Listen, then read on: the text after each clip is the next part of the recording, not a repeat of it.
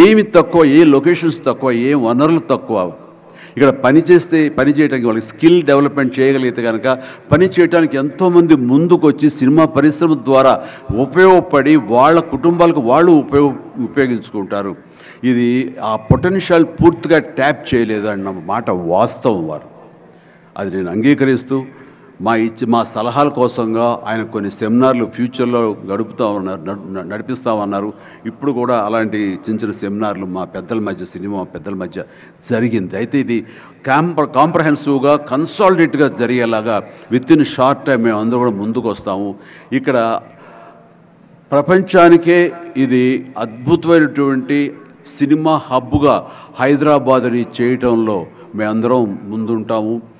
And ఈ రోజున చూస్తే కనుక బాలీవుడ్ నుంచి సల్మాన్ ఖాన్, అజయ్ దేవ్గన్ వచ్చి ఇక్కడ మేము స్మార్ట్ డిజిటల్గా కానీ అడ్వాన్స్డ్ ఫ్యూచరిస్టిక్ స్టూడియోస్ని మేము పెడతామని అంటాం అన్నది ఇది శుభారంభం.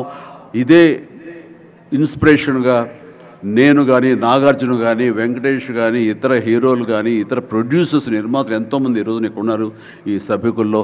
వాళ్ళందరూ కూడా ముందుకు వచ్చి చేయాలన్న ఒక కుతూహలం కానివ్వండి, అది పూర్తిగా ఛార్జ్ అయి ఉన్నారంటే ఎలాంటి అతిశయోక్తి లేదు.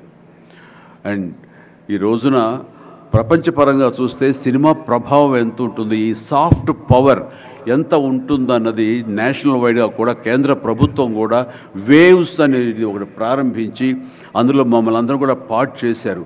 అంటే ఎకనామికల్గా అది ఎంత పవర్ ఇస్తుంది, మన కంట్రీ జీడిపికి ఎంత కంట్రిబ్యూట్ చేస్తుందో అనడానికి బాగా వాళ్ళందరికీ తెలిసిన వాళ్ళు కాబట్టి సినిమా మీద అంత దృష్టి పెట్టారు. సినిమాని కేవలం పేరు తీసుకురావడమే కాకుండా ఎంతో కంట్రిబ్యూట్ చేస్తుంది, ఎంతోమందికి ఎంప్లాయ్మెంట్ జనరేట్ చేస్తుంది, ఎంతోమందికి ఉపాధి కల్పిస్తుంది.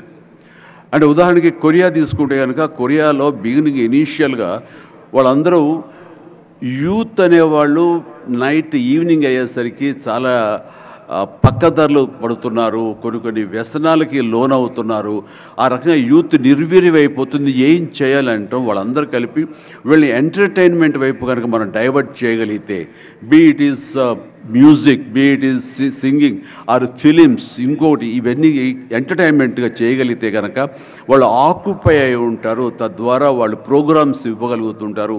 వాళ్ళందరూ నిష్ణాతులయ్యి వాళ్ళ ఫ్యామిలీకి వాళ్ళు బాసటగా ఉంటారు. తద్వారా వాళ్ళ నుంచి జనరేట్ అయ్యి ఎంతో కొంత వాళ్ళు క్రైమ్ వైపు వెళ్లకుండా ఉంటారు. ఆ రకంగా క్రైమ్ రేట్ తగ్గించుకోవచ్చు అనే భావంతో కొరియన్ గవర్నమెంట్ స్టార్ట్ చేసింది. కానీ ఈ రోజున ప్రపంచపరంగా Korea K pop, K drama, K music అంటూ కొరియన్ను వాళ్ళ ఎకానమీ, వాళ్ళ జీడిపికి ఎంతో కొంత కంట్రిబ్యూట్ చేస్తుంది. ఎన్నో బిలియన్స్ ఆఫ్ డాలర్స్ కంట్రిబ్యూట్ చేస్తుంది ఈ యొక్క సాఫ్ట్ పవర్.